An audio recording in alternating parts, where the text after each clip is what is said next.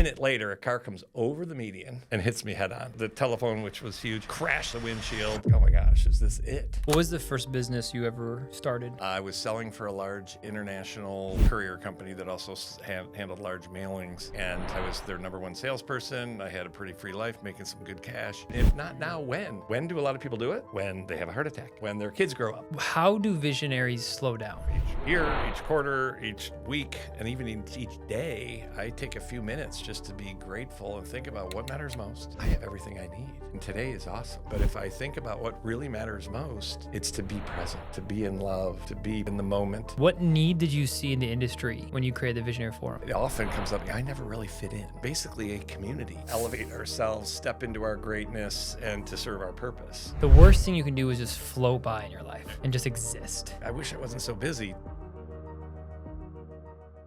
I know you showed me your book, Unscatter the Chatter. You've helped tons and tons of people. We can start really where you want to. I mean, I think the Visionary Forum is amazing. I think you put on summits. You just do so much. So if I asked you the question, who is Coach Bob? What would you say? It's ever evolving. I'm ever evolving. A being elevating and evolving into who I really am, and being an observer to help me to learn and teach, and help and evolving as humans are evolving, and leading that charge. And again, as more of a student than a teacher. What was the first business you ever started? Or first business would have been, I was selling for a large international courier company that also handled large mailings, and I was their #1 salesperson. I had a pretty free life, making some good cash. And then what did they do, which was a mistake #1 for a lot of companies, is they took their top salesperson, made me sales manager, and I hated it and I was terrible at it. And I also got higher up and realized this is not who I wanted to work with. I mean, it was, they didn't have a business operating system. They didn't have identified core values. And as I got further up, I'm like, I can't do this. And I hated it. And then I didn't realize I was a visionary at that point, but we visionaries see gaps and opportunities. And so it's like, oh, there's an opportunity to create a Canadian company, which I helped create the Canadian service for the company I used to work for. And so took the leap and started my own business and grew it way out of control.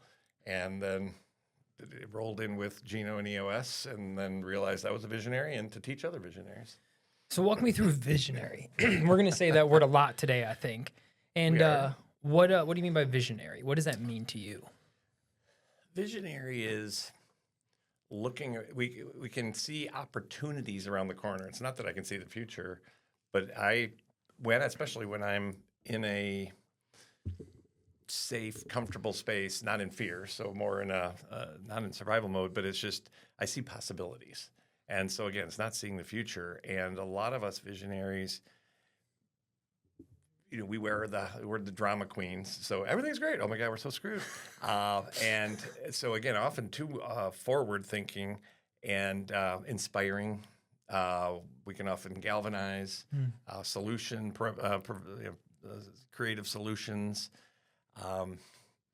Love to connect is a common theme. A lot of us have a high risk tolerance, and so it's like, it shouldn't be that hard. Let's just go do it. And we often double down. Yep. And I've done that many times where I've bet it all. Almost lost it all several times. So and I love the word visionary, and Gino helped me to realize that I have a place in business, because when I hired him, I'm like, why the F am I don't know if we're allowed to swear here or not. Why am I running a business? Because I'm not a good manager. I'm not good at details. I don't like to follow up. And he helped me to realize that, we need a visionary in the business. And to be that face and that inspiration and the passion. And yet I needed a process and a right hand, which we call an integrator. And literally I had a person I used to work with that came in as our ops manager, and he was kind of fighting me for the visionary role. Yeah. Because it's more fun. Yeah. And all of a sudden he settled in. So our offices were across the hall from each other upstairs. And everyone used to go into my office. And he's like, you got to tell people to come into my office. I'm like, well, and you have to tell our partners to respect me more. I'm like, that's not really how respect works.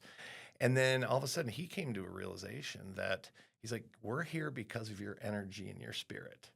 And he recognized that. And then he slid into that COO ops and integrator role. And we took off, like Gino's book, Rocket Fuel, talks about. And it was unbelievable. And so that's when I realized, oh my gosh, so that helped me in my business. But then we have a saying that Gino made popular in the business world is letting go of the vine. And so a lot of us visionaries, we start it. I sell you. I see a problem. I sell you. Then I turn around and go, oh shit, we have to solve this and we have to deliver. So then, okay, we got to get the right people and the right processes. And so then we hit the ceiling of complexity. And so that's too much in my head. I have to remember things. I can only get so much done. So that's when we create processes and put the right people in place. So it sounds great to let go of the vine, but I've realized, especially with us visionaries, a lot of us have a hard time letting go of the vine because I've been doing this for 25 years and gripping on so tight to that vine, and it comes down to trust. And it's not that I just trust everyone and just let go. I have to have the right people in the process. Right. And so I've realized for myself and for others, it's hard to let go of the vine if I don't know what life beyond the vine is. And so people are like, well, what is that? Well, hobbies, family, health, philanthropic, whatever it might be. But so many of us, our business is our identity. Yeah. And I'm dealing with that with a few of my clients. I'm like, well, why wouldn't you just do this? They're like, it's kind of who I am. And I'm like, well, it kind of isn't. It is a big part of who you are. Yeah. So it's about letting go of the vine. And so life would not be, it takes us visionaries to help evolve. And it's not just visionary entrepreneurs. It's just people that kind of see the future. My kids, I don't know if they're, Gino talks about with all the people he's worked with, there's like 7% of us are visionaries and maybe 4% are integrators or whatever it might be. And so we can be a visionary without having a business, but my kids have vision. And so that's where I'm not here just to help you as a visionary. And then as I'm teaching you, I'm learning, but it's helping our employees. What's your vision for your role? What's your vision for your goals? What's your vision for your life? And people are like, what are you even talking about? Right. So to help people to understand that. So with my kids, what do you want to do? What do you want to be? And they both figured it out at like 18 and 19, a lot of what mattered most to them. And so again, to me, it's not just helping visionaries, it's helping people to have vision. And part of it is I fall on my face a lot. And as Dr. Doug Brackman talks about in the book Driven, there's about 7% of us that are driven. And we just have a different biological makeup. And part of it is imposter syndrome, which when I first talked to him, I'm like, that's not my issue, dude. And then it's like, oh, shit, it is. Because I'm trying to prove, is Dylan going to like me? Is he going to promote me? Is he going to hire me? Is this why did I say that? And that's a lot of the chatter, which a lot of us visionaries have. So long-winded answering your question. I love it. You're great. It's, again, and another thing to visionaries, a lot of us are, I think, more, not better or worse, more easily tapped into energy and ideas. And so if I'm in the business and I'm in survival mode, I'm not fun to be around. I'm not fun to be married with. We have a lot more of a creative mindset. Totally. And so if I can stay at that space, shit comes through me. I used to think it was me. I realized it's coming through me. And so that's a humbling experience. And my ego fought that for a while. So to just, and so that's where I need a great team. It helps me to have a great team around me to keep me in that space. And this is where a lot of us visionaries are like, why am I feel guilty that I take time off. I went and got a massage today. My employees are kicking ass at work and I'm taking a vacation. And I'm going to write a book and I'm doing these podcasts, but I'm providing value to them and I'm getting out of their way. Right. Because I don't need to be around all the time. Yeah, correct. So it's a great space. Do you think every company needs both a visionary and an integrator to be successful? To grow significantly, I would say yes. So there's a lot of tradespeople or technicians or whatever. An entrepreneur is just someone who starts their own business. To scale. If Correct. you're going to want to scale. Correct. Yes, I definitely believe so. So if I was going to just put a button on a visionary would be more of a creative mind, more of a long-term strategist, more okay with risks. Totally. Maybe a little have no clue of time. Yeah, right. maybe almost like apathetic towards risk. Like it is like risk doesn't, when they have a vision of what they want to achieve, like risk is whatever. We'll make it up. Yeah, we'll figure it out. It's a cost, right? Yeah, and then an integrator is more of a doer. Like they like being, they generally more like maybe putting to action. Manage doing. Doing. They don't have to do it all. Yeah. But they're inspiring. And so I'll tell, here's what we're going to do. And people go, yeah. And then my integrator will say something. They'll go, oh, I get it. I'm like, I said the same thing. Yeah. But I think because our energy is often so high. So even I've had employees go, everything's so urgent. And I'm like, but I told you to get this one done tomorrow, this one done in 3 weeks, and this one whenever. So how is everything urgent? Well, you're so passionate. Everything seems urgent. I'm like, that's not my problem. Yeah. Now, it is, obviously.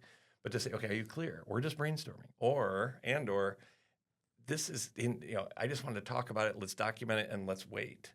So, so to answer your question, though, if I'm a baker or, a pastry shop, I can have a nice little business and I don't need to scale or grow. Yeah.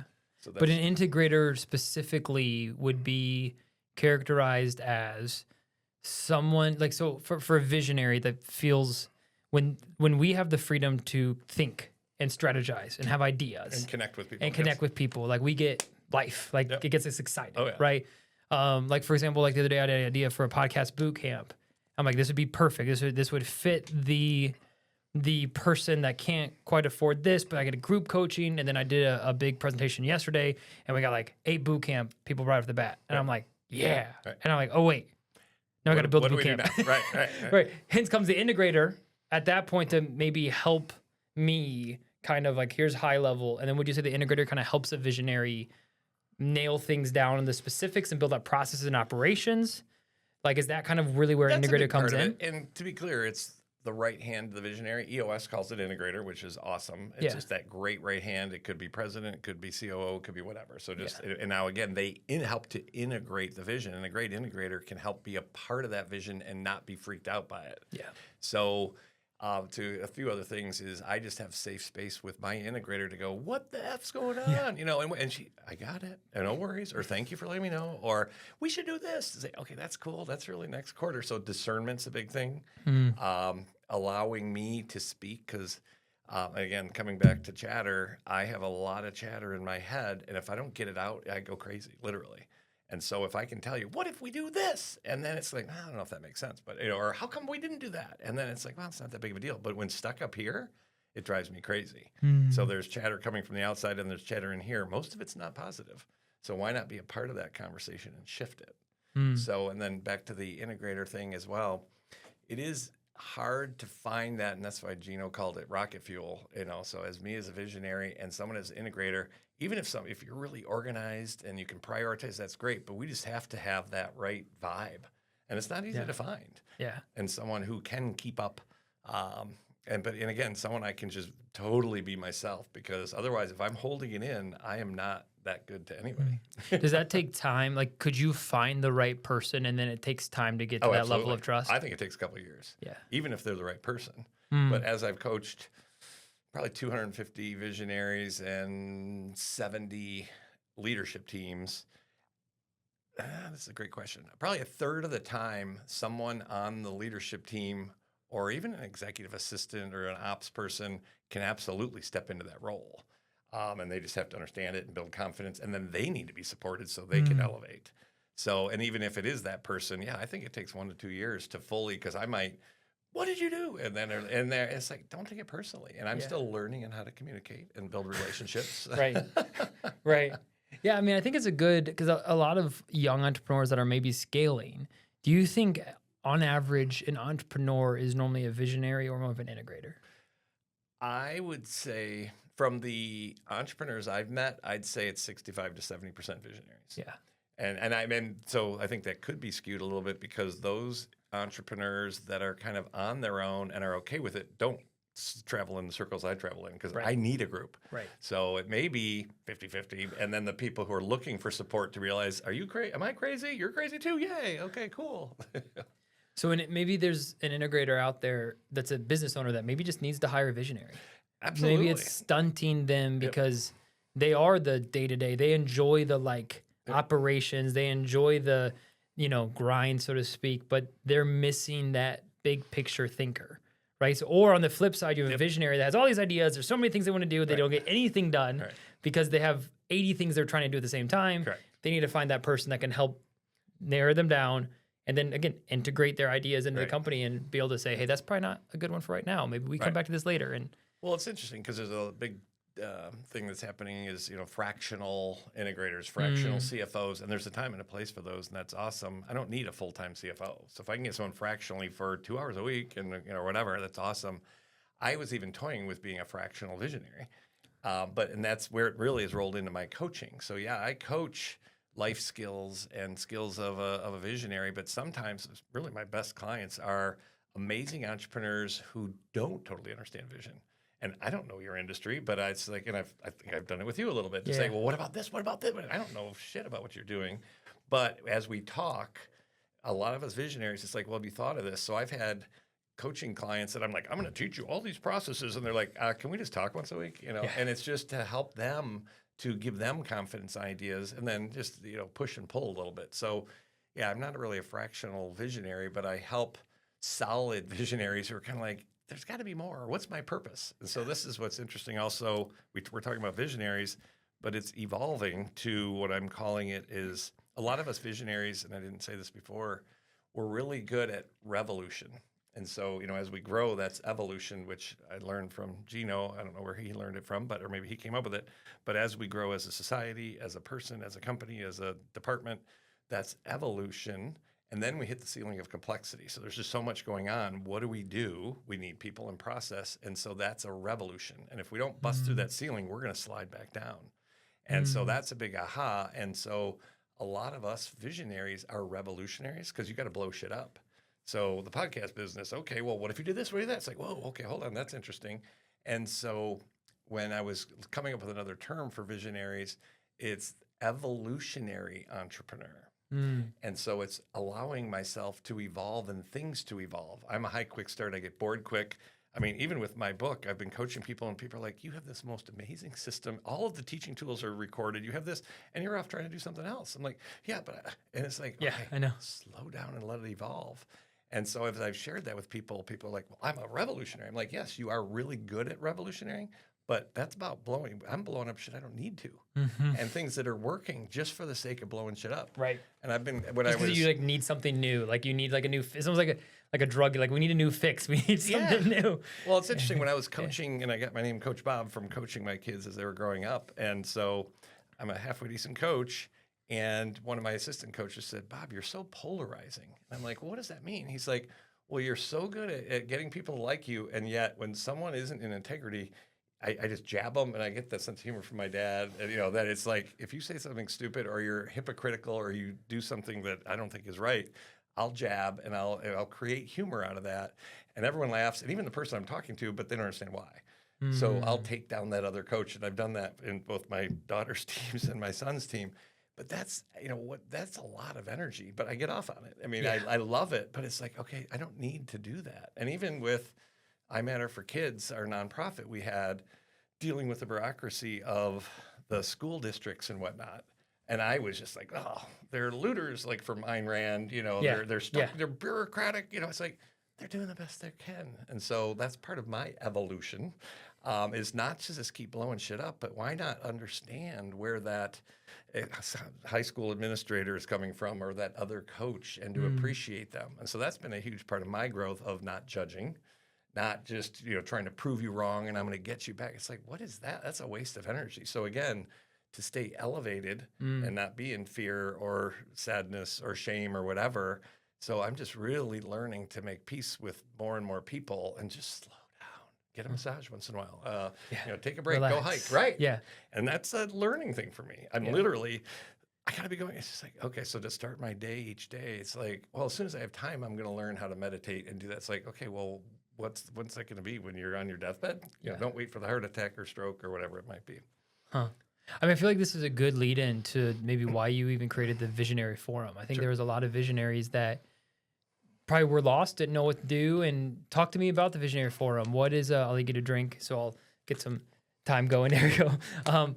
What did you see? What need did you see in the industry when you created the Visionary Forum?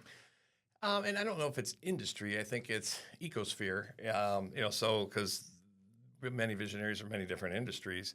So we visionaries, a lot of us feel have never. And my podcast is Viva la Visionary, and so it's celebrating and elevating. And as I interview people, that often comes up. I never really fit in.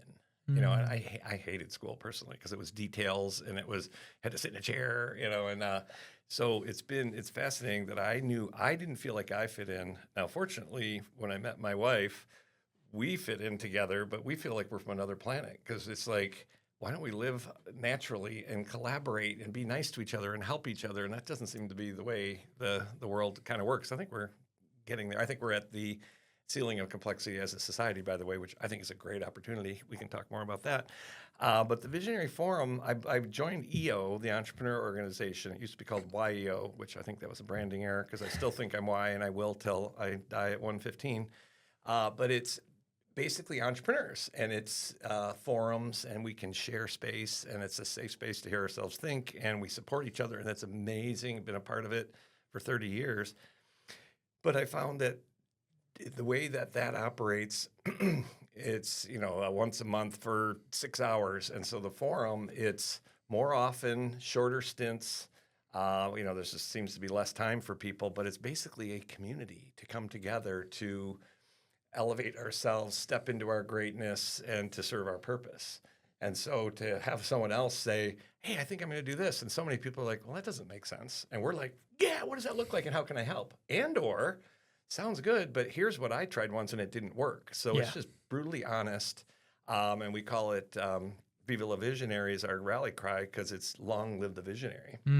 So even the processes like scaling up and EOS and whatnot, it really pushes people to say, okay, keep the visionary in line. And it's like, hold on, not too much. And it is, we want to let go of some of it. So the Visionary Forum, it's a community. There's events, there's the community, and it's really the support of each other. And we say that we don't network to each other, we network for each other. So again, as we've connected, yeah, for sure, I can say, I trust this guy. He's a great cat. He's got something special, especially if we do a little something together. I can say, you don't have to hire him, but talk to him. And most of us will talk to anyone to help. Correct. Almost all of us are here to serve. And the biggest aha I've gotten out of the Visionary Forum is I want to serve you, and you. And what's the end of the day? Who is the person to serve? Ourselves. Right. Because as I serve myself, like the oxygen mask, I can help more people. Yeah. So even I Matter, which is the name of our company, it may sound a little selfish. Well, I matter, but so do you.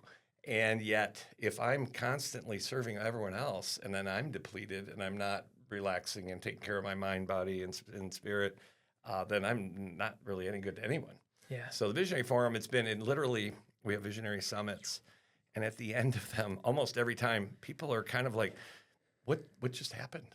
And it's like, well, it's called connection. It's called community. It's called love. And people, it's just like foreign to a lot of us, which is kind of sad, but also an opportunity where it's like, yeah, why not come together and talk about the possibilities of the future? One of the things that we talk about in Unscatter the Chatter is to be present is a key thing. So if I'm thinking about my phone or what I'm going to do tonight, then I'm not looking you in the eye and hearing you, then I'm not impacting this moment. And so, but what I've realized is often in the past, I would be worried about the future. Oh, what if I'm late for dinner? What if Nick doesn't pass his class today? And it's like, wait a minute, I'm imagining this great future, and not maybe every detail, but kids are good, wife is good. Oh, we got this trip coming up. I've got this new thing in business. It's like, wow. And then my conscious and subconscious is coming up with things and attracting things that apply to that exciting imagination of the future. So I'm not as worried. Then instead of regretting the past, oh, I should have called Dylan last week. Oh, what about that? Oh, what should, and then to just improve on the past. So to sit for a minute and say, okay, what was the issue? How was I a part of it? Knowing what I know now, what would I have done differently, which helps me to improve moving forward and not to beat myself up. Then if I imagine and improve, I can impact this moment. And that has been one of the hugest things. And so again, it's lessons like that, inspiring each other. And that's where we have the forum and the summit and the summit, which is a community. And we're literally now we're creating a curriculum for visionaries. So we're partnering with details to come soon. Literally, we will have like an MBA to be a certified visionary. Huh. That's smart. That's something only a visionary would come up with. Yeah, that's true. Right. It's true. Where how do visionaries slow down? Because I think that's just something we all struggle with. And for me, it's like, now I have 4 businesses, and I almost, like, we were looking to buy a building in Detroit, and I was going to open up a coffee shop in one, and then like my wife's like, okay, can we just take a breath, breathe? Like, can we actually maybe see some of the money that's coming in? Can because we just evolve rather than blowing shit up and creating, right? Because the revenue comes in and then it just goes out.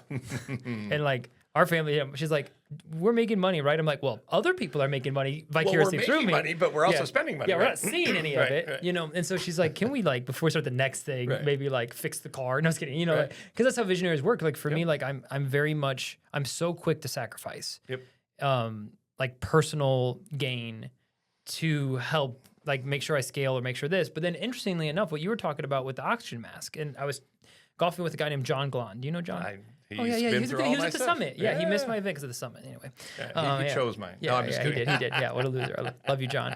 And John, he already signed up for the next one too. Did he? Yeah. No, he's a great guy. He's how I landed my first podcast client. Awesome. So anyway, John invited me to Meadowbrook Golf Club. Yep. One of the guys I was golfing with, and I cannot remember his name, so I feel terrible. He was a lifelong entrepreneur, very successful, sold his company, millions of dollars, whatever, and he's just kind of golfing and figuring out his post-entrepreneur life right now. Right. And he was talking to me. He's like, hey, man, like, are you stressed? Whatever. I'm like, yeah, like, I mean, there's just a lot going on. He's like, I said, I just feel like for 6 years, I've been giving, and our family is, like, still tight, but, like, I'm so quick to want to make sure other people are successful. Right. He's like, and that's when he mentioned the plane example again. He's like, hey, man, like, in the plane, who do they teach you to put the mask on first? Right. And I'm like, well, they teach you to put the mask on yourself first. He's like, so then why do you make sure everyone else is paid before you eat? Right. And I'm like, well, because I want to be a good team player and I want to show that they can trust me. You're serving too, right? Yeah, and I want to make sure. But he's like, but at the same time, if you have financial stress at your house, how is that going to impact you as a leader and a business owner? Yep. I'm like, well, that's also a good point. Right. And so it's one of those things I've been wrestling with, like even with this podcast business and like paying Canon and like making sure we have all the pieces. Like, how would you recommend an entrepreneur, a young visionary that is scaling, growing, putting in pricing models, putting in this? How do you balance putting the mask on yourself, making sure you're okay, but then also being a team player and making sure your team eats too? So what Gino talks a lot about is there's hundreds of operating systems for businesses. Choose one. And so that would be very similar. There's probably millions, if not tens of thousands of life operating systems. So to commit to myself and to make time for the most important person in the world, which is me. I mean, yes, Cheryl is the most important, person outside of me for sure, and my kids. But again, if I'm not taking care of myself, so to make time for myself, to ask myself questions, ponder, meditate, yoga, whatever it might be, and then to really think about, okay, what matters most right now to me? And so it's also even when I had a business that was starting to thrive and then the recession of 08, 09 hit and we just got screwed. And I was still going to the office and everything. And Cheryl's like, why are you still going there? I'm like, well, I gotta make it work. And he's like, realistically, and I'm like, no, we're toast. And she's like, why not spend more time here? And I'm like, well, I love you and I love the kids. She's like, well, I know you do, but you vote with your feet. And it's like, oh, shit. And so even as I think about what matters most, it's my relationship with Cheryl. It's my time with my kids. It's my health. It's my sanity. It's my biggest relationships. So often I'm spending time with my 100th biggest relationship and trying to create and it's like, what about my top 20? Mm-hmm. So to realize what and who matters most, and to literally, each year, each quarter, each week, and even each day, I take a few minutes just to be grateful and think about what matters most. What are my top 3 impactful action items today? And then if it were up to me, so an I am statement, because verbiage reflects consciousness. So instead of saying, I wish I wasn't so busy, to I have everything I need, and today is awesome. And then I start to shift that conversation in my head from scarcity and from fear to possibilities and image. But if I think about what really matters most, then take action on it. So we call that, so have you ever heard of the be, do, have concept? So it's whatever we put out to the universe, we get back. And so in the Eastern philosophy, it's to be present. to be in love, to be in the moment, to be connected, to be the observer. And then I start to do the things that I love and almost don't have any choice. It just kind of happens. And I start to have the things that I want.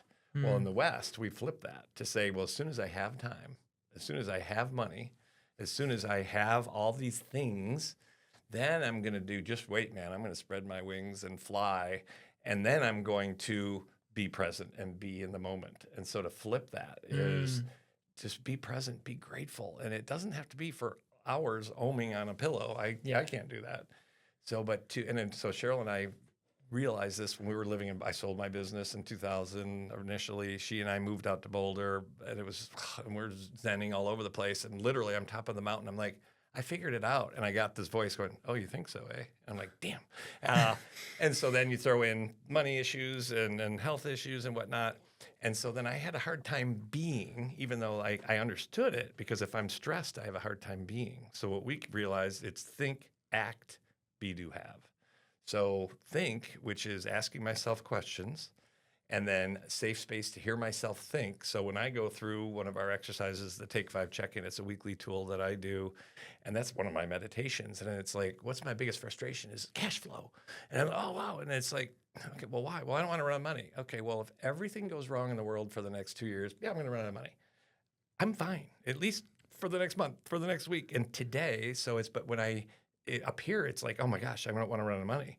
So then I'm thinking about it, and then I start to act on what matters most. Right. So my wife matters most. So I'm going to do date night tonight. Okay, I'm going to go stop and get a rose, and she doesn't like to pick a restaurant, so I'm going to pick a restaurant. It's not that hard. She's kind of told me what she wants. Yeah.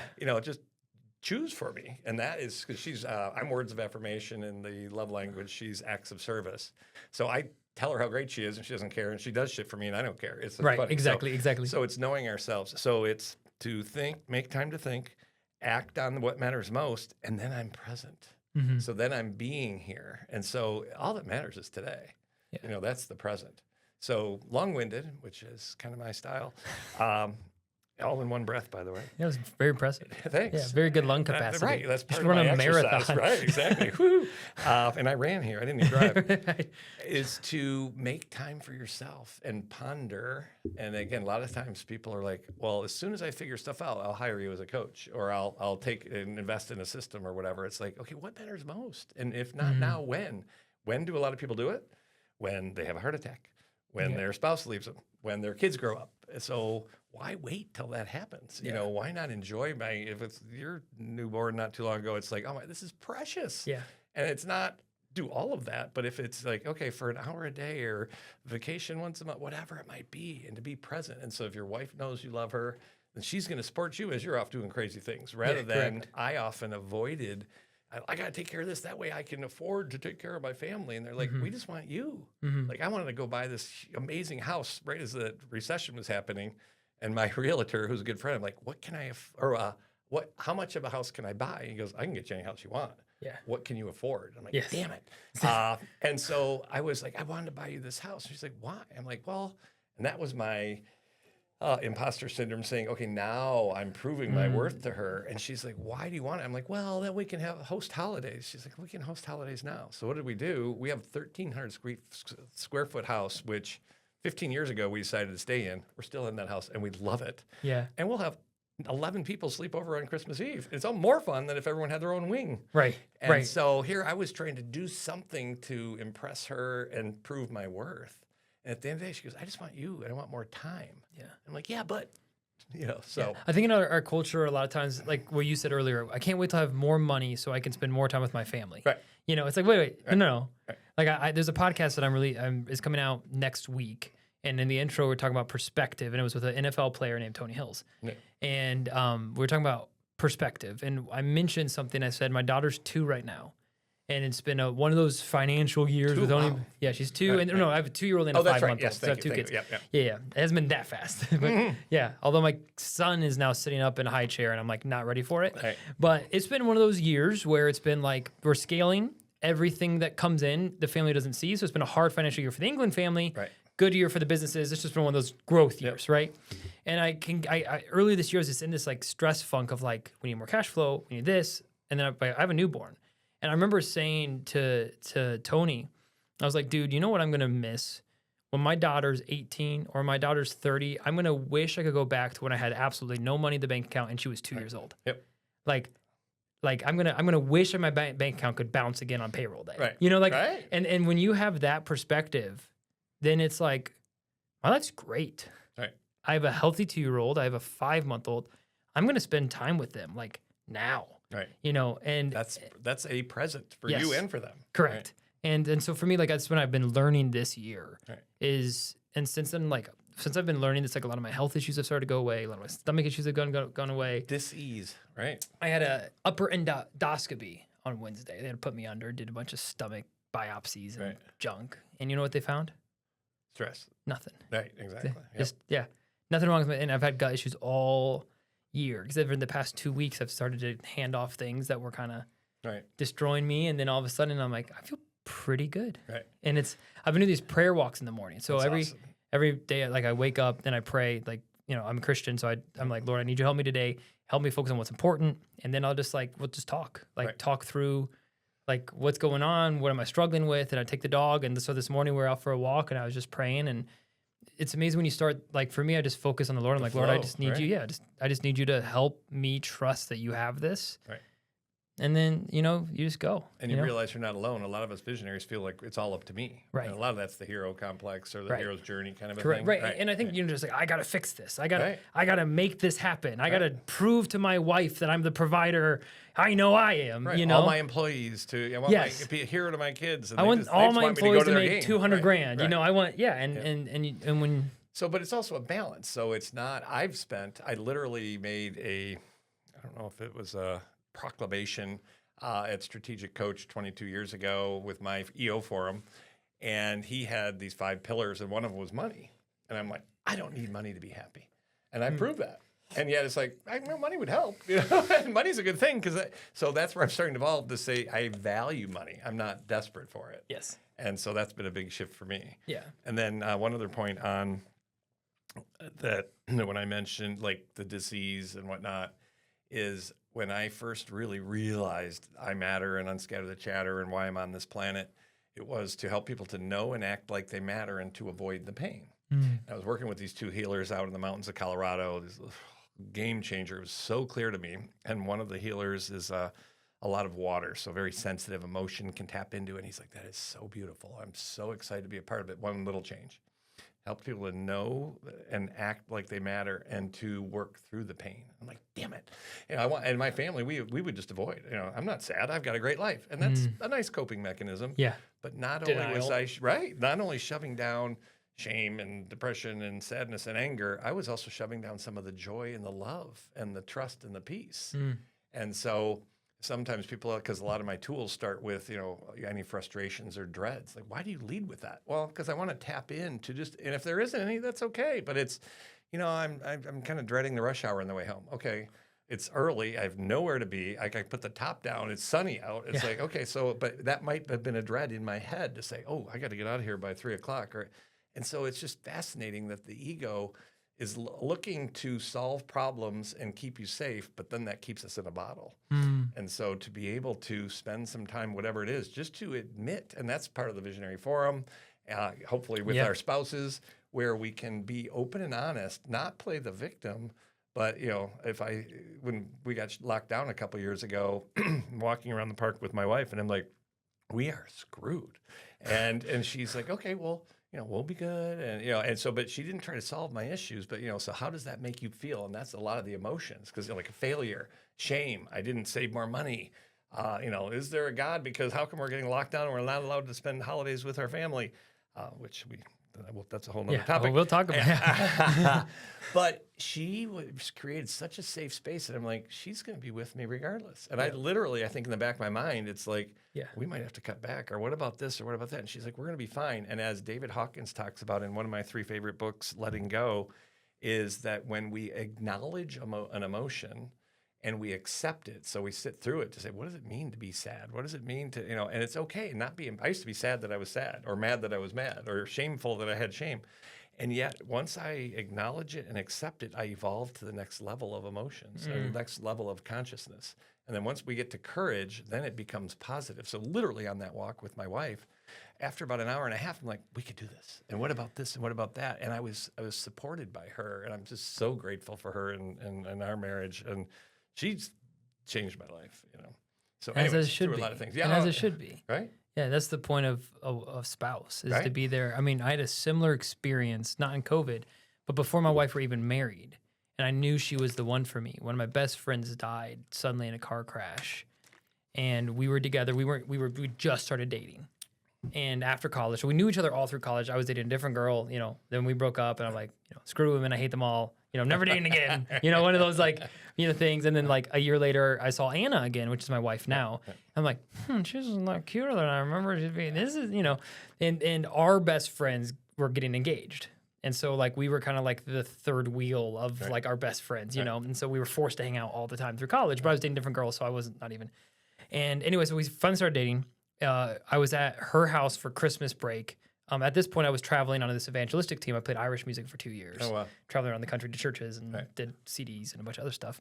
I was at her house for break, and one of the team members that we were traveling with, he was a dad of a son and a husband, and he died in a car crash on the way back from church by himself suddenly.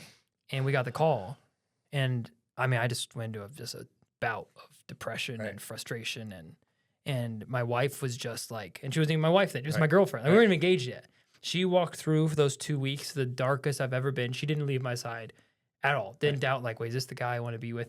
And I just remember thinking, like, if she's willing to walk through this with me, she's the one. And I bought a ring the week after. That's awesome. Right. And so, like, because I just knew in that moment. True she was trust and love. And that's awesome. That's beautiful. Yeah. And so it is, but like, and kind of like, this is a side note, but trust is earned, right? It's one of those things that like, she acted in a way that I'm like, man, if I don't know how else I can trust her more now. Like I was in my most vulnerable, tough-minded space, and she didn't even waver. Like, yeah.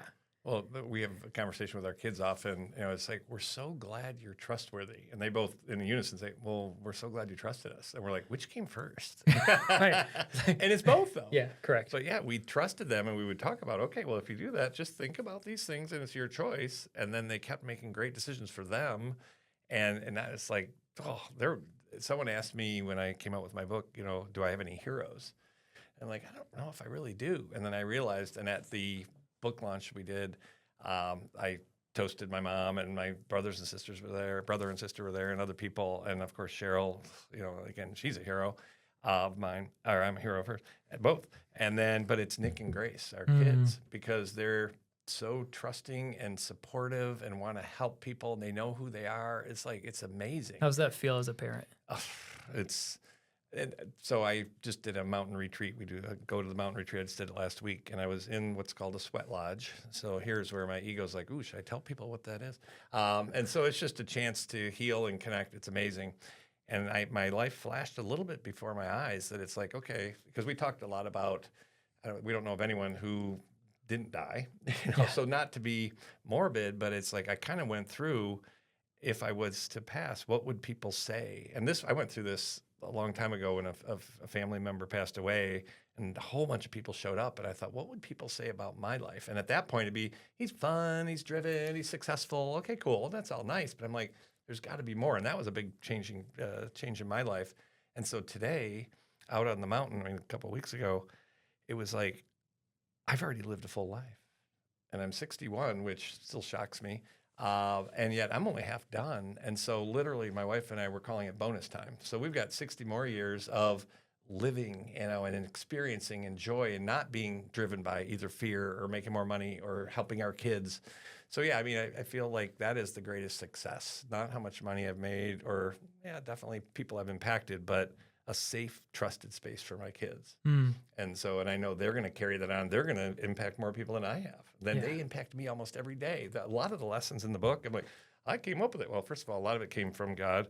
A lot of it came from my kids. Yeah.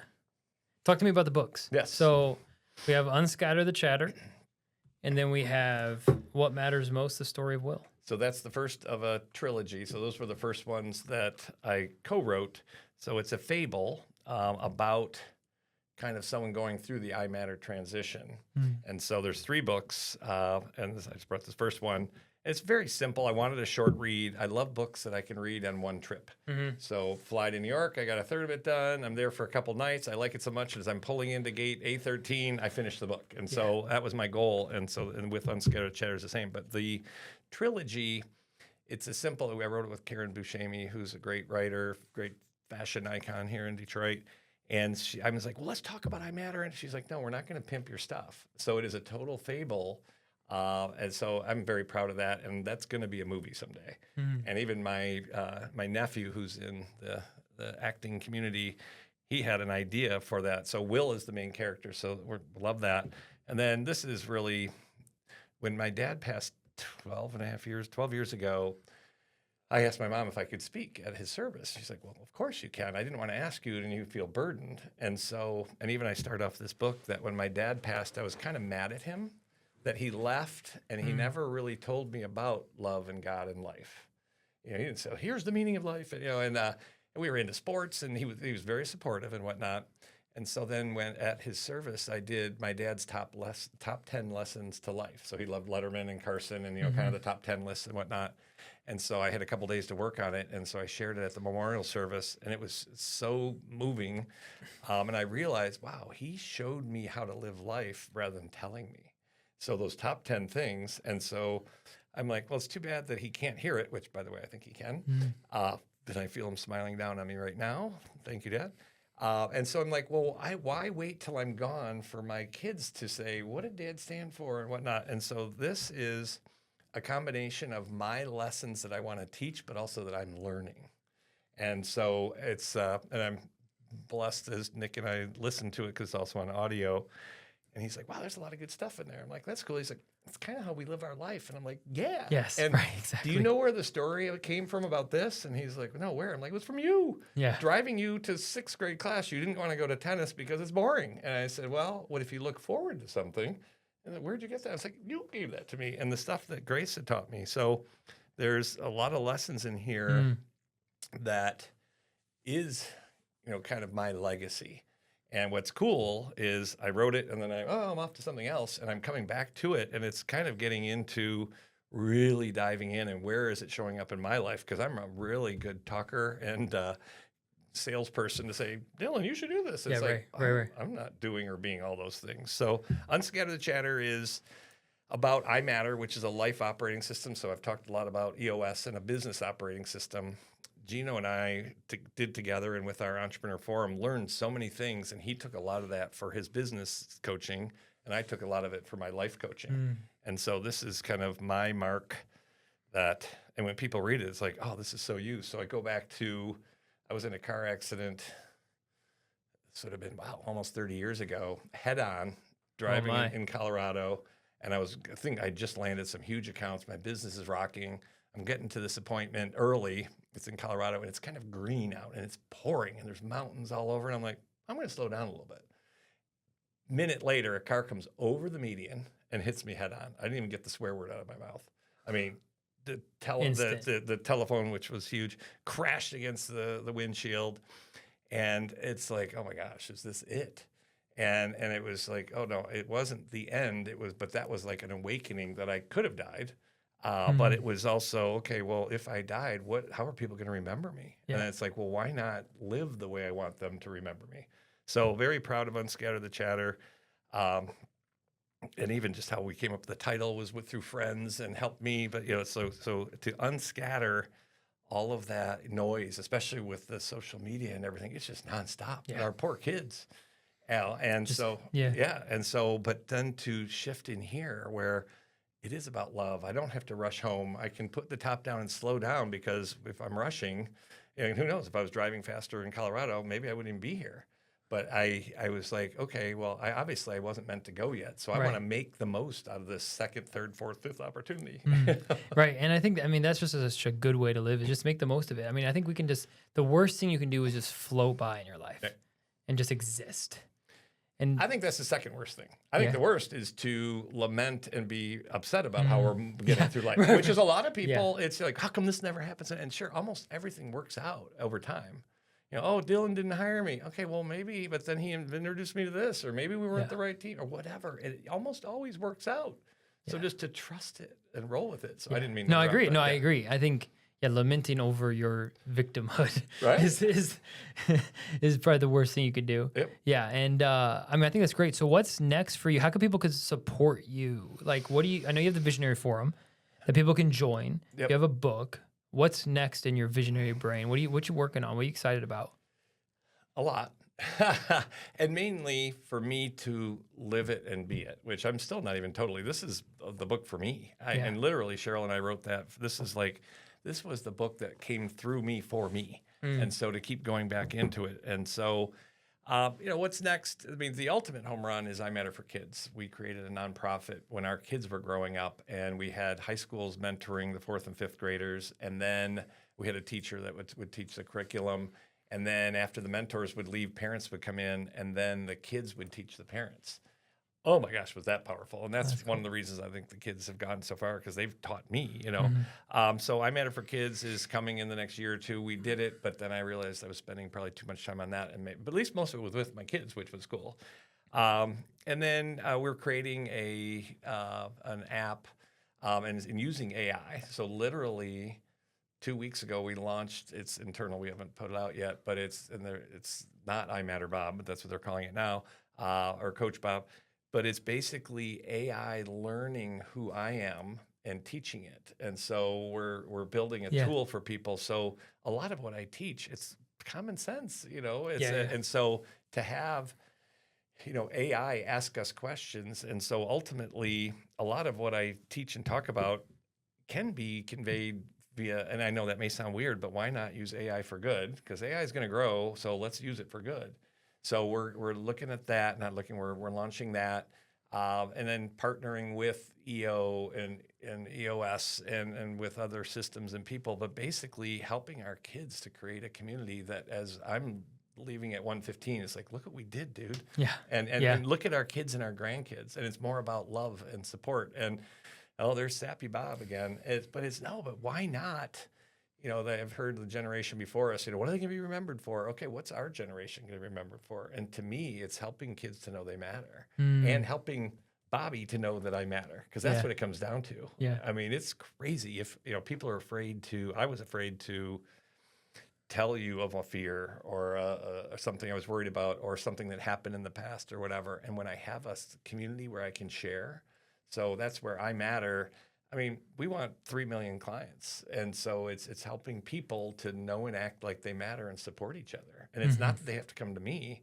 I mean, it's kind of nice to get paid for it. Well, of course. But to have our own AI app, and that's literally what we're developing. So then you have someone you can talk to and learn and kind of decipher and help us to keep elevating, and being closer to God, being closer to ourselves, closer to our heart, then closer to our spouses and our kids, because we're so distracted by so many things, and it's more and more. It's amplified. Think about 30 years ago, right? Yeah. So to unscatter the chatter is, what's he going to think? What about this? Oh, I'm going to be late. What about this? It's just like, okay, be present. And be open and honest and true with my word. So I used to overestimate, I'll be home at 3. And then I get home at 4. And Cheryl's like, well, and I'm like, I'm home at 4. Most people don't get home till 6. Okay, but you said 3. Right. So to be honorable with your word, and then, integrity is to think, feel, and say something that's all congruent and all similar. And so that's true being one, and then being one together, which I don't know if that makes sense, but yeah, no, I'm following. Yeah. I think it's just also just living life with intentionality. Totally. Just live life. You just said in 3 words, took me 4 minutes. Yes. Well, that's what I do as a host. I listen and I repackage real quick. Right. Yeah, living life with intentionality. Yep. Be who you say you are. And I think for me, even as a Christian, I believe we're made in God's image. We do matter, and I'm a very self-deprecating person, and so sometimes I think it can be too you're an idiot. Why aren't you farther? You're 31 years old. Why aren't you a multimillionaire yet? Yep. You know what I mean? That's the chatter. Yes, the chatter. Right. And I think a lot of people could benefit from talking more, being open more, and especially in a world like you mentioned imposter syndrome, and you mentioned just the fear of man or the fear of what will people think. Right. The interesting thing that I've done a bunch of podcasts. I mean, at this point, I've done hundreds of hours of podcasting. Right. I've talked to a lot of awesome people. Everyone has the same fears. Right. You're thinking, what do I think of you? Yep. I'm thinking, what do you think of me? Right. And if we just both understand that that's what everyone's thinking, and we're just willing to Let's just be be the present. person, Right. and be honest and be open, Good things don't happen. Yeah. Not easy. Pretty simple. Not easy at all. And I think the people, and that's why to shout out the Visionary Forum or even EO and other types of organizations that encourage people to talk and be. I mean, that's why I think my podcast be raw and authentic and open when you have conversation and dialogue. Right.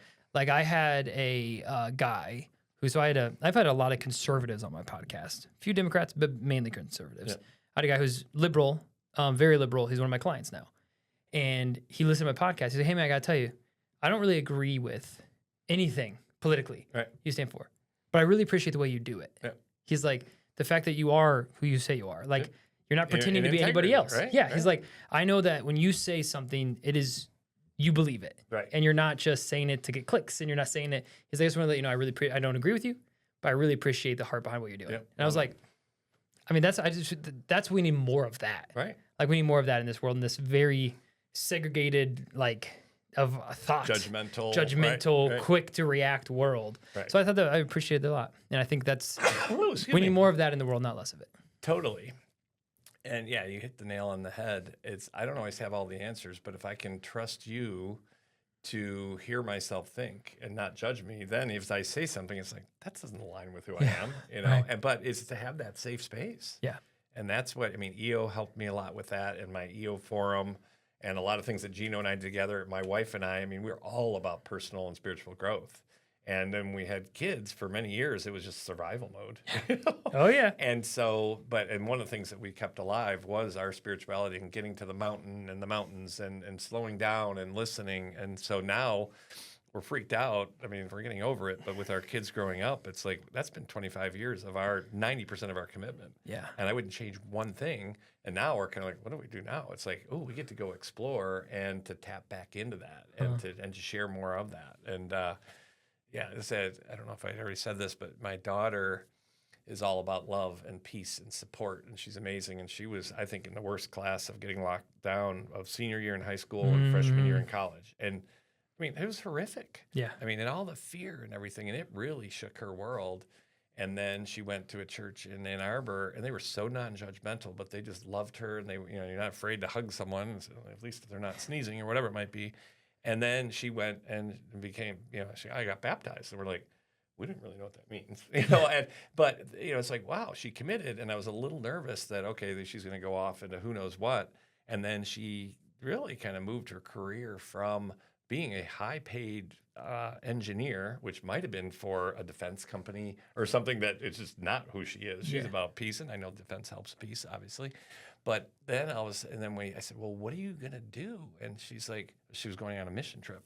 And she's like, I'm going to learn how to create spiritual conversations. I'm like, wow.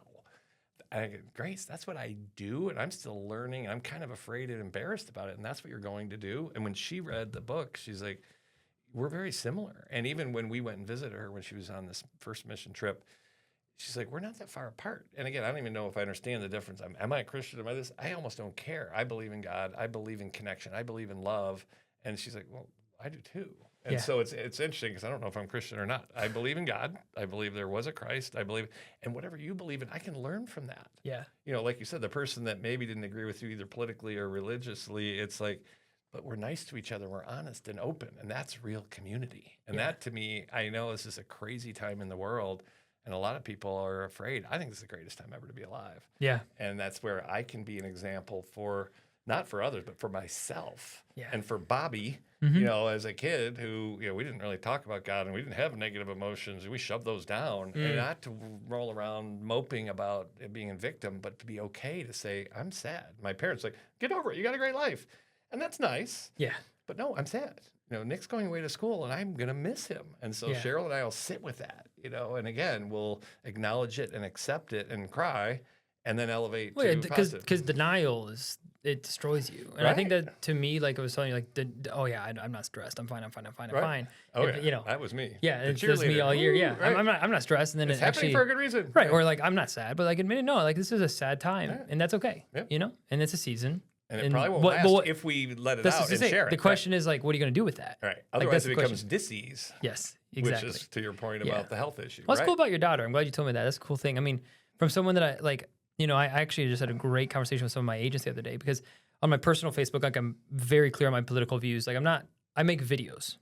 talking through things. I'm not a poster. I don't comment on people's posts. Right. I don't do any of that. Right. But I'll make so with the Charlie Kirk stuff that happened, like I went to his events. Yep. Like I know all of his friends. Right. Like I'm very connected with that world. You're gonna make me cry, right? And literally like my buddy Cliff Maloney is best friends with Charlie Kirk. And like Cliff, so like Cliff was on Charlie's show, Cliff, like whatever. So, and I just had on Monday released a podcast with Drina, who's the spokeswoman for Turning Point Action. Wow. And so so when that happened, it was really rough. And I had friends on Facebook celebrating his death. And I had so many other things. And so like, I just was like, hey, like this is where I'm at. This is what's happening. So one of my agents found my Facebook post, right? Brand new agent, just been on my team. Yep. And we just spent an hour, me and 2 agents after work, just talking about why I believe this on this, why I believe this, like why I think this on certain issues. And it was awesome. And then she's like, well, what makes you a Christian? And for me, I was able to share the gospel of what I believe to be objective truth. And like, it was just a really special thing that somehow God used my post on Facebook to influence a conversation with 2 young people that were genuinely curious. Yeah. And if I was afraid, because what are people going to think about my political affiliations with Turning Point? And what are people going to be this? And because I live in Detroit, which happens to not be the most conservative place in the world, like what's going to happen? And it's just been this reoccurring, like you. Right, exactly. And so I'm going to shout out Nicole. So Nicole, she is on the other side of the political aisle. She's a lovely lady, and she's going to listen to this, and she'll know who I'm talking to, and she's awesome. Okay. Hi, Nicole. And she went to one of my events. The event that I invited you to that you didn't come to because you had your own summit, and she came, and then we had lunch after because she owns a marketing company.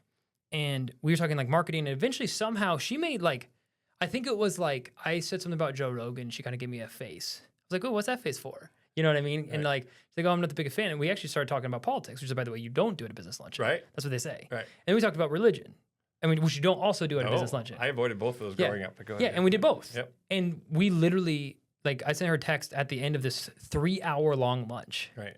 And I said, we are the most unlikeliest of friends. And she just texted me back. She's like, I agree 100%. Right. And since we have a great relationship, she like texts me, and literally respect, the world would say that we shouldn't be friends. Yep. But after a conversation of like, she gets where I'm at, and she knows why I stand for what I stand for. Right. I learned where she's at, and I disagree, and she disagrees with me. That's okay. You're not. And we have a great relationship. Right. And I think we didn't like, so more of that. And like I said before, like you mentioned, like I have the word authentic across a lot of my shirts. Like when I say authentic, I don't mean that you shouldn't need to change, because I think we always should be striving to change and be better and grow. But I just want to know that like who I am in Christ, and I'm okay with putting my foot down on certain things. And I think sometimes in this world, we're just too afraid of. Oh, sure. That's the way I was the brought up. Don't ruffle repercussions the feathers. Right. Right. But then I was a chameleon. Then I didn't know who I was. Right. Right. Yeah. And it's hard to sleep that way. Right. Yeah. Well, and that's, I know I've lived that way more with my wife, and even with my daughter, Grace. When she was stepping into Christianity, and I'm like, okay, oh my God, what are they going to do? And they're taking my daughter. And Is it a cult? Oh no. No, I was really worried about that. And so I asked around and talked to her, and I'm like, so why are you doing this? And she's like, I'm going to learn how to create spiritual conversations. And I'm like, that is amazing. And so to learn with her, and as we had that deep conversation, she's like, we're not that far apart. Yeah. It's just we get there different. I'm like, I'm learning from her. Yeah. So yeah, Cheryl and I were. And Grace is so trying to find a church for us, and I'm like, we're going to go see her up in the Upper Peninsula next week. And we can't wait to go to her church. And they're in nature, and they could have taken a job with my son-in-law that probably would have made a lot more and probably made more sense, but it would have been in the crowds of Washington, D.C. And they moved to the Upper Peninsula of Michigan, which not everyone appreciated that. We're like, well, first of all, wherever you go is great. And it is so perfect for them. Yeah. And even it's just beautiful up there too. My brother went to Michigan Tech, and he loved the snow and winter. And when he graduated, he went straight to Florida. And he's like, why would anyone move up there? And then he's like, oh, well, Grace and Joel would love it up there. And Grace is just such a spiritually connected, loving person. And so even how we came up with her name, we didn't know with either of our kids if they were a boy or girl until they were born. And we didn't pick out their names. We talked about it, but we didn't share it. And when Grace was born, we had a CD, the soundtrack for Conversations with God, Neil Walsh had put out, and had some great, lovely songs. And after we were holding her, within minutes after she was born, an Amazing Grace came on. And it's like, this is Amazing Grace. And she asked me a couple times a year, tell me the story of how I got my name. and she is Amazing Grace. Oh man, that's sweet. It is just unbelievable. And so as she was going through this transition, so here now, and she's said, we're a lot alike, Dad. And I'm like, we're not. I mean, like she's a rule follower. Yeah. She's got an engineer mind. She just thinks things through. And then she said, well, I'm here to help kids know that God loves them. And you're here to help people know they can love themselves. And I'm like, we're not that far apart, man. And it's just, I'm That's so sweet. lucky and grateful. Yes. That's sweet. Yeah. And then your son's going to Princeton. Nick is a cool cat, man. So we talk about the 4 elements a little bit, and Grace is more earth, which is, structure and this and that. And obviously very spiritual. I'm a lot of fire, woo-hoo, connection, charisma, maybe a little scattered here and there. Cheryl is air, which is intelligence and communication, and Nick is a lot of water, which is the emotional side of things. Yeah. So he's a deep, rich thinker, and he just wants to find out the why behind things. And so I was a really good baseball player growing up, and I just didn't do the work, and I didn't know why I would have to do the work because I was better than almost all my friends. Right. But then at 7th, The next 8th, level, 9th, 10th grade, and then it wasn't fun anymore. And so for him, just to keep it kind of fun, and sure enough, he was All-State in Michigan. He wanted to go to Wake Forest or U of M, and he had some offers and everything. But as he knew what he wanted was to go somewhere warm and fun, play D1 baseball, and get a great education. Well, then, so we spent a summer in the South looking for, and he got some offers, and like, this is a cool school and everything. And then Princeton came calling. And it's like, okay, well, it's not warm or fun. But then he realized, but after that, he can move wherever he wants. And that has been an amazing, they call it the orange bubble. It is so cool. And it is really, when I first thought of Ivy, it's like, they're going to brainwash them and everything. They're very open. They really are teaching them, at least at his school and his experience. And even he's in a politics class. And he's like, he might be on the other side or whatever, but he invites conversation. Well, that's great. And learning, right? And it's like so cool. So I'm so proud of him. And he played in every game as a freshman, starting first baseman. And he's got a shot at getting drafted. I mean, really? So that's great. He's taken this year off. He's taking a red shirt because he got surgery on his elbow because he tweaked it a little bit. He threw too much in high school. So he hasn't fully thrown, but his spin velocity, rate, whatever, I don't know what it is. But taking a year off, I think it's going to be so good for him. Yeah. And so now he's like, Dad, I want to get an internship. And so I'm pretty well connected. I would love how many people I've invited him that are like, I would love to talk with your son. And it's not like they're going to hire him or find him a job. They're going to ask him great questions and point him in the right direction. And my friend John Anderson, a mentor of mine, a great friend of mine, in our entrepreneur group, said one of the definitions of success is if your kid can go up to one of your friends' kids and just say, hey, I'm Bob Shenefelt's son. And they say, what can I do to help you? And that's one of the biggest successes. I've got just a pool of those that I would do that for them, and they would do it for me just to say, let's talk, man. Yeah, that's sweet. Yeah. That's sweet. So, I'm very proud of my kids. And you should be, and good for you. And I'm glad your kids are doing well. And so I guess what's the best way I always try to end these podcasts, believe it or not, we've already been talking over an hour. Is it right? Yeah. We have fun. Well, we're doing 4 hours, right? Yeah. 18. We're not sleeping tonight. That's why I brewed coffee. I asked if you wanted some. I will now. You said, yeah, right. I always give my guests an opportunity to promo something. So just, would you like to promo, whether it's your Visionary Forum or anything you have going on, I'm going to give you an opportunity to talk to the camera and just let people know what you guys, like, where can they find you, where can they find more information, stuff like that. So the current thing is, so I'm going to promote a couple things, is... The floor is yours. Thank you. For entrepreneurs who are looking to go to the next level, we have the Visionary Forum, and it's for these visionaries who didn't really feel like they fit in. We have a community where we are helping each other. The book is, I think, again, there's many different personal growth opportunities. I think it's one of the simplest ones. And then what we're ultimately creating, because not only to buy the book, but we're creating a group of people who are just looking to learn and grow and with a common vocabulary. And then ultimately that would be I Matter for Kids. But it's getting a community of people together, speaking some of the same language, which I think is so simple and has changed my life. And very little of it is mine. It's from you and from you and you. And by the way, it came through me. I don't know where that came from. I do. But so ultimately that is the thing, is to, I believe, I want to leave. When I die at 115, to say, look at what we did. And that's where my kids are healthy and happy and connected and in a loving environment, and their kids are too. And then we're collaborating together. It's not just all peace and love. It's peace and love and moving forward and advancing whatever that means and elevating our consciousness, because as I elevate and you elevate, we're helping each other, and literally we're helping the world, even if they're not around us. Yeah. So it's the I Matter community that we're creating. And so imatter.com is where to find us. And ultimately I see, communities of people. So even a gal that works with me, she's like, I want to take this to my women's group. And I'm like, well, you can. And so we're figuring that out. And so it's really the I Matter community, and to know and act like I matter. And it's not, some people are like, well, that sounds a little selfish. Well, it is a little bit, but as I know and act like I matter, I'm more present with you, and I can help you, and you're helping me. And so I think it's very selfish and selfless, but it's being one together. So it's really getting people excited about, really leaving a legacy. So that's one of the things that I've got a program, we have 7 lifetime expanders in here.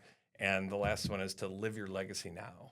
So instead of as soon as this happens, no, so I'm living it now, because what if I did die tomorrow? It's like, look at what I already did. And so it's helping people to even figure out what that means. So we're creating a community, I Matter community. And so it's still in its evolution. Keep coming back to that, even though, let's look back at this. I don't even know what the date is. I used to think success September was something. not having a watch. Now I don't even know what day it is. Yeah, I don't even know there. But, like the 26th.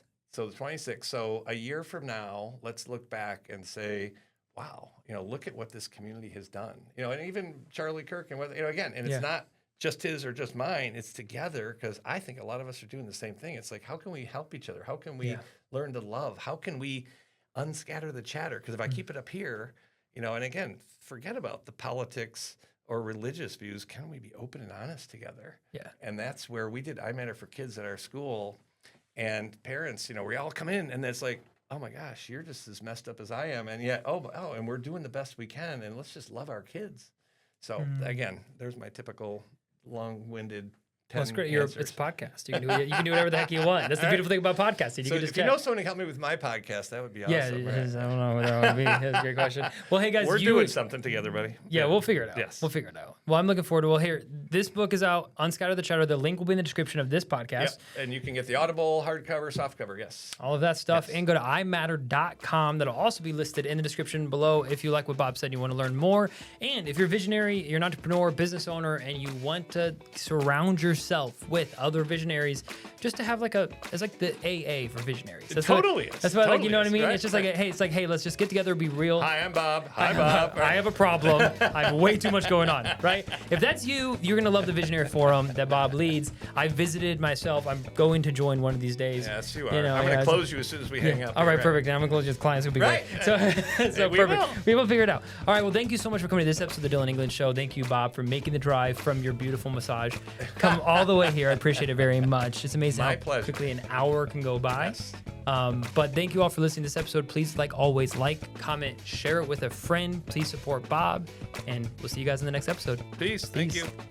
Cool. All right. Thanks, man. Nice.